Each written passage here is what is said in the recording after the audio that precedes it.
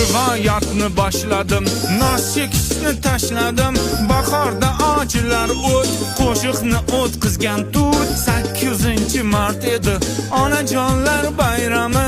Bu bayramda men ahmoq, onamni o'ylamaman, chechamni o'ylamaman, ochamni o'ylamaman, enamni o'ylamaman, abchamni o'ylamaman.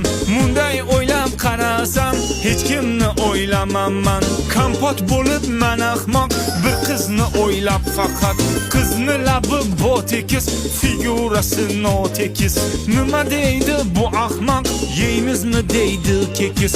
Menga kekis kerakmas, menga kekis kerakmas, menga kekis kerakmas. Buni tushundik. Keyin nima bo'ldi? 8-mart edi, kech soat 10lar edi. Bolar bilan toqqa chiqib dam olib kelaman dedi. Men o'ylaban bollarni kichkina bolacha deb, keyin bilsam u bollar ho'kizday bollar ekan, zdarovi bollar ekan, bagati bollar ekan. Onamga dardim aytdim, orqalarim qichirdi, neudobna bo'lardi gapirayotgan paytim. Onam kiyiming yech dedi, ko'ylaging kir bo'libdi, qalbingdagi bu dog'ing ko'ylagingga uribdi. Nima qilsam bo'ladi, bu dog' qanday ketadi? Onam aytdi bavida, yuvsang dog'ing ketadi.